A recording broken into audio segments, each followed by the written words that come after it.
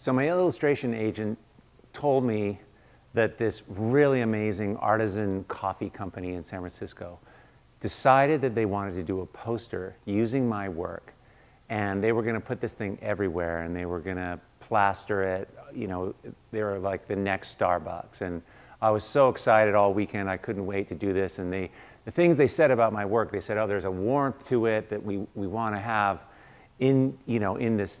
It represents our company. And I looked at the company, and the coffee is amazing, and the whole vibe, and it was like, wow, this was an illustration job that rarely came along. And that's what I was thinking, and that's what I was hoping, and I was so excited. And what invariably would happen was I'd get the illustration project, and then there would be kind of limitations to it. And the president of the company had this idea. Like, I wasn't just given a lot of freedom to do this.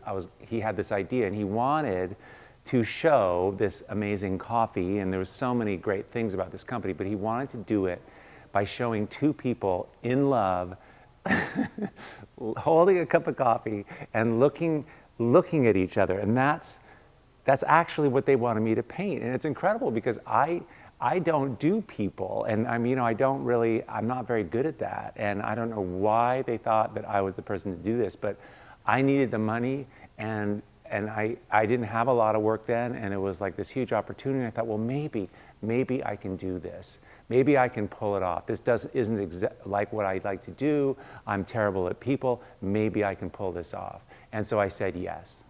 So this is Clifford Wilton, and this is Art to Life, and we're talking about path and figuring out where you're going. Because that one project was super clarifying for me, because I'm working on this thing. I can't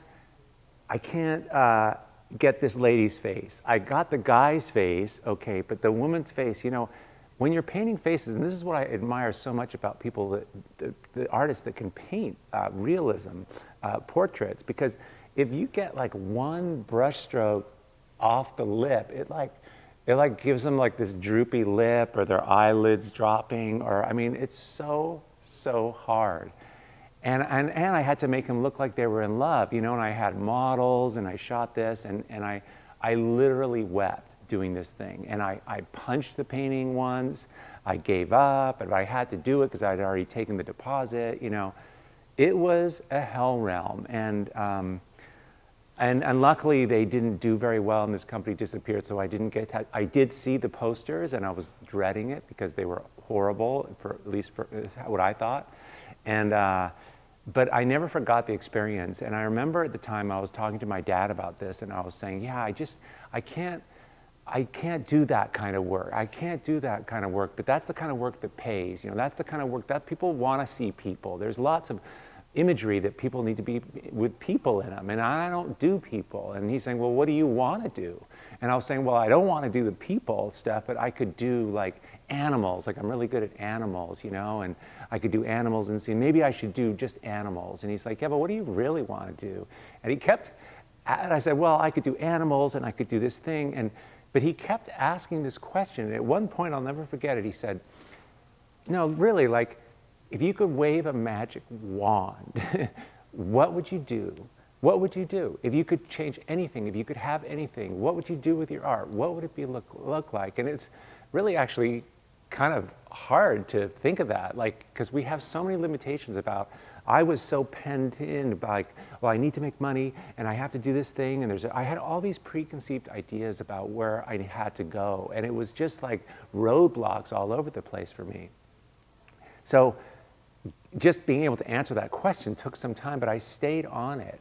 And I kind of came to this place where it was like, I don't actually want to do any of that. Like, I just want a big room where I can make my art. Like, that's actually would be a home run for me. Like, I knew that I couldn't have that. Of course, we can't expect that. We have to work, and no one can just have that thing. But answering that question made me picture it. And of course, I have it's pretty close to that now. I'm making work that I'm just making the work for the work. But there's a whole journey that begins when you start asking that question. So every time around this time around in the fall, I take a deep dive into figuring out what I want things to look like. I mean, if I had a magic wand, how would I change things? What do I want it to be? And I just think this is a really, really great exercise. And just that sentence, it allows you to unpack it and to let go of all the things that you think you have to do. And it's like, well, if I didn't have, 6 dogs, then I'd have more time. Like, forget about it. What is it? What would light you up? What's the biggest thing? What's the best possible scenario? What's the home run? You can create anything you want. Just picture that. Go for that. It's really important to write that down, to get that. So I do that. I do that every year, and I do that around now. So I thought this year, it would be kind of cool to just share this process and invite you guys to come along and do this with me. I turned it into a challenge. It's called the Creative Breadcrumb Challenge, because there's a lot of looking back and looking for the clues and picturing it, casting the vision of where you want to go with your art and your life, because they're together. So in about a week, we're going to be starting this, and it's a 5-day challenge, and I'm going to just take you through what I do. It's a series of questions. It's some cool exercises. We're going to be making art, and it's just like spending some time in these questions, and it's super clarifying, and I just think it'd be really, really great to share it with you guys. So if you're interested and you want to join us, we've kind of turned it into a whole thing. There's a link below. We're going to have our own little Facebook group to do this thing, and I hope you can join us. But I'd also love to hear your comments about how you figure out where you're going and get laser beamed to what it is you're trying to do and where to go. Because we're just so busy, we're so busy, and it's like, I was so focused, like, should I do animals or I don't want to do people, so all that's left are animals, and I could do landscapes. Well, that wasn't even the right answer. I could have spent 10 years working in one thing, going after something. It's not even the right thing.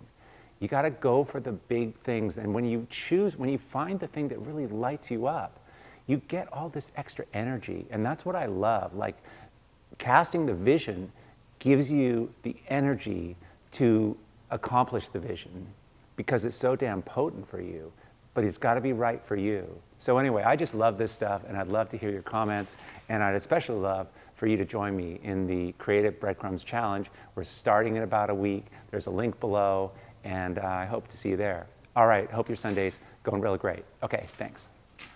Hey everyone, if you found this helpful, I have a whole lot more to teach, share, and inspire you with every single week. So please, join the Art to Life YouTube channel by clicking the subscribe button below.